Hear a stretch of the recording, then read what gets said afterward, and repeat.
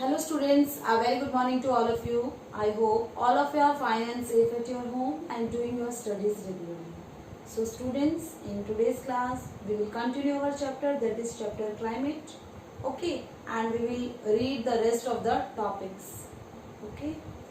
So बेटा पिछली class में हमने मानसून के बारे में पढ़ा था, summer season and monsoon season, that is advancing monsoon पढ़ा था कि जब साउथ वेस्ट विंड्स है वो ब्लो होती है एंड रेनफॉल आता है हमारी कंट्री में, that is the advancing monsoon.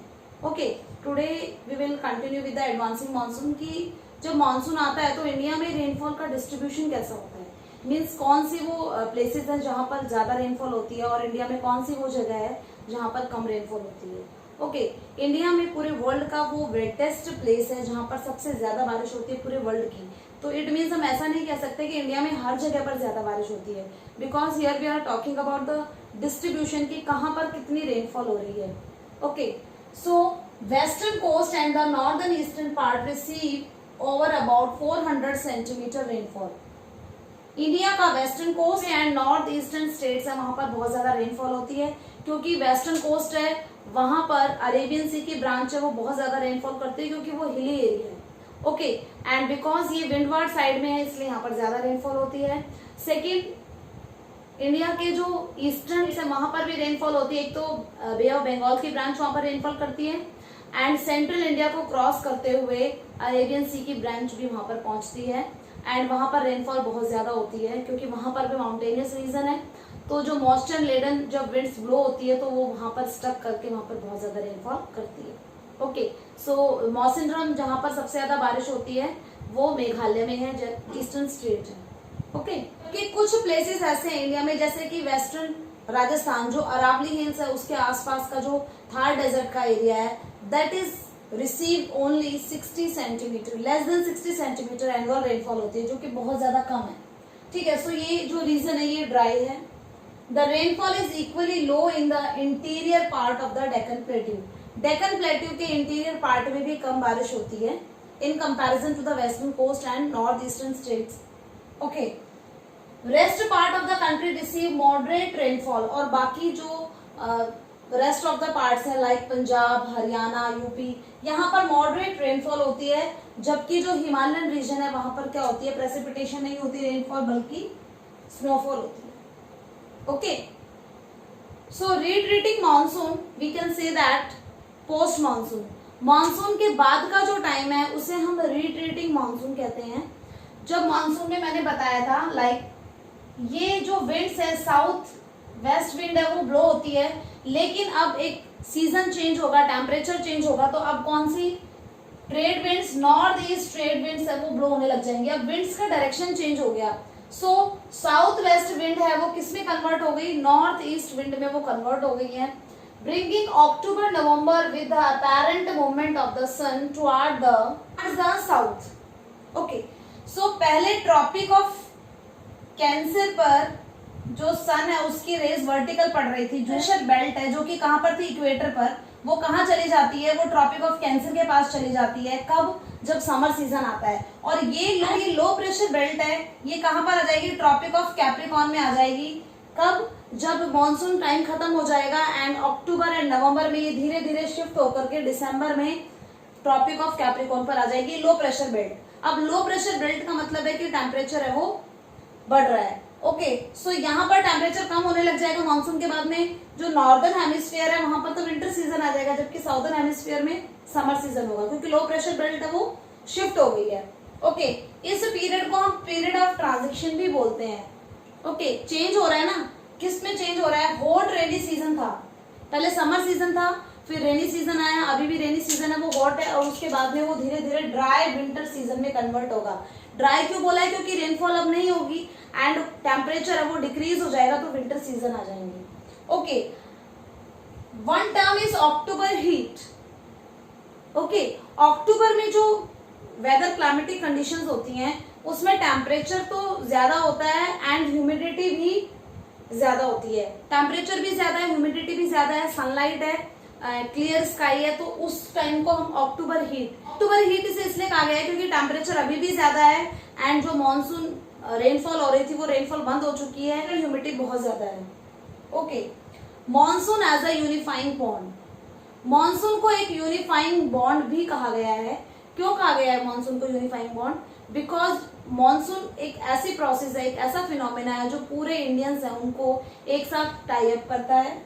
Animals and plant life revolves around the monsoon. किसी पर्टिकुलर प्लेस पे कौन सी वाइल्ड लाइफ है और कौन सी वेजिटेशन है, किस बात पर डिपेंड करता है कि वहां पर मॉनसून यानी कि रेनफॉल कितनी होती है। एग्जाम्पल के साथ में देखते हैं, जैसे कि एरिड माउंट फॉरेस्ट है। एरिड फॉरेस्ट कहां पर होते हैं? थॉर्न एंड स्क्रब हमने पढ़ा था। सपोज जहां पर रेनफॉल कम होती है वहां पर थॉर्न एंड स्क्रब फॉरेस्ट होते हैं, मीन्स झाड़ियां होती है या ऐसे प्लांट्स होते हैं जिनको वाटर बहुत कम चाहिए, लाइक राजस्थान में होंगे थॉर्न एंड स्क्रब फॉरेस्ट। जबकि मैंग्रोव फॉरेस्ट कहां पर होते हैं? जहां पर रेनफॉल बहुत ज्यादा होती है, जहां पर पानी हमेशा भरा रहता है, तो पानी में उनकी रूट्स होती है, मैंग्रोव फॉरेस्ट वहां पर होते हैं। तो मैंग्रोव फॉरेस्ट में कौन से एनिमल्स रहेंगे?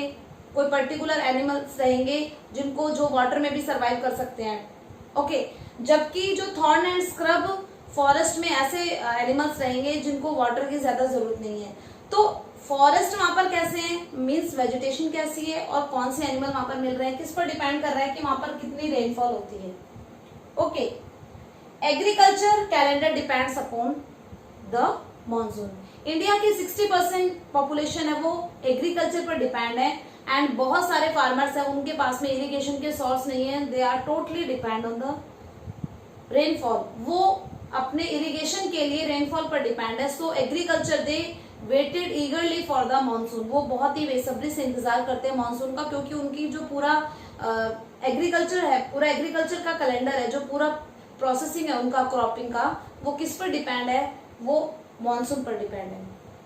Whole country eagerly await for the arrival of monsoon, पूरी कंट्री के लोग है वो मानसून कॉली उसका वेट करते हैं, बिकॉज हमारे बहुत सारे फेस्टिवल्स हैं वो भी मानसून पर डिपेंड है। जैसे कि अभी हमने सेलिब्रेट किया है तीज, वो भी मानसून सीजन में ही आता है। तो और डिफरेंट स्टेट में बहुत सारे फेस्टिवल्स होते हैं जो मानसून पर डिपेंड होते हैं, और ये एक साइकिल की तरह है कि मानसून आने के बाद में क्रॉपिंग सीजन कैसे चेंज होते हैं, या वेदर कैसे चेंज होता है, या लोगों का जो रूटीन है वो कैसे चेंज होता है। Monsoon it's a part of our life. Okay, मानसिंग मानसून में हमने पढ़ा था कि जो विंड डायरेक्शन होती है वो साउथ वेस्ट होती है विंड्स की, लेकिन पोस्ट मानसून या रिट्रीटिंग मानसून मींस वापस लौटते हुए मानसून है, उसमें विंड्स की डायरेक्शन नॉर्थ ईस्ट हो जाती है, चेंज हो जाती है, एंड जो लो प्रेशर बेल्ट है वो शिफ्ट होने लगती है साउथर्न हेमिस्फीयर में। मीन्स ट्रॉपिक ऑफ कैंसर से ट्रॉपिक ऑफ कैप्रिकॉन में लो प्रेशर बेल्ट है वो शिफ्ट होने लगती है, और जहां पर सनरेज है वर्टिकली पड़ेंगे वहीं पर लो प्रेशर बेल्ट बनेगी, क्योंकि टेम्परेचर तो वहीं पर ज्यादा होगा जहां पर सीधी रोशनी पड़ रही है सूरज की।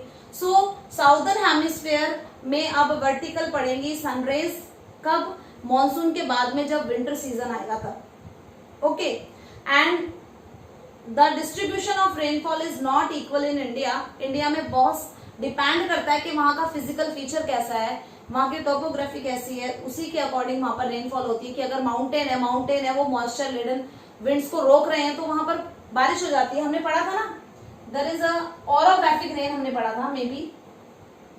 जब suppose this is western Ghat है ये, और यहाँ पर साउथ वेस्ट विंड्स हैं वो आ रही हैं। अब क्योंकि वो ज्यादा ऊंचाई पर, उनमें मॉइस्चर बहुत ज्यादा है, वो ज्यादा ऊंचाई पर नहीं चढ़ सकती हैं, इसलिए वो एक ही साइड पे रेनफॉल करेंगी। मीन्स अगर वेस्टर्न घाट हम, आई विल ड्रॉ,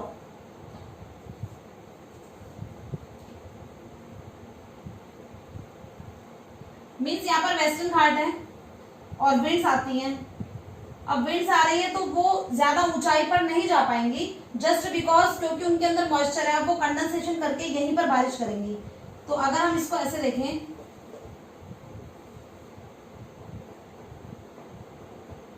ओके, यहाँ पर कंडेंसेशन हुआ और एक साइड ही बारिश हो रही है जहां से हवाएं चल रही थी, तो इसे बोला जाता है, क्या बोला जाता है? इसको बोला जाता है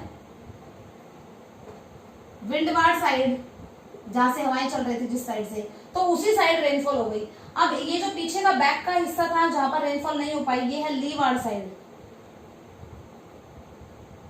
ठीक है, लीवार्ड साइड है, ये ड्राई रह जाता है और एक साइड में बारिश हो जाती है। ऐसे ही जो रेनफॉल है वो वेस्टर्न कोस्टल प्लेन में भी होती है, इसे कहा जाता है ओरोग्राफिक रेन। एंड इसमें एक और इम्पोर्टेंट क्वेश्चन है कि यूनिफाइंग बॉन्ड क्यों बोलते हैं मानसून सीजन को? जस्ट बिकॉज हमारा पूरा agriculture system, animal, vegetation, plant life, सब कुछ किस पर डिपेंड करता है? मॉनसून पर.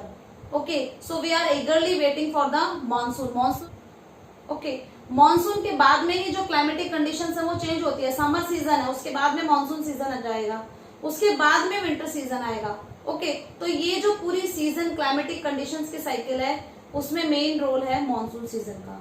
And we divided the monsoon into two parts. First one is advancing monsoon. Advancing monsoon जब रेनफॉल होती है, एंड रिट्रीटिंग मॉनसून जब रेनफॉल विंड्स है, मॉनसून विंड्स है वो बैक होने लगती है, इंडिया से वापस जाने लगती है. उसमें धीरे धीरे जो रेनफॉल है वो कम होती हुई चली जाती है. नवंबर एंड अक्टूबर में तमिलनाडु के कोस्ट पर बहुत ज्यादा बारिश होती है because of the cyclone. And उसके बाद में दिसंबर तक कंप्लीटली जो रेनफॉल मॉनसून विंड्स है वो इंडिया से चली जाती है. Okay, so students, it's all about today's class. I hope all of you understand that. Okay, so do complete this chapter and revise. Okay, have a nice day. Thank you.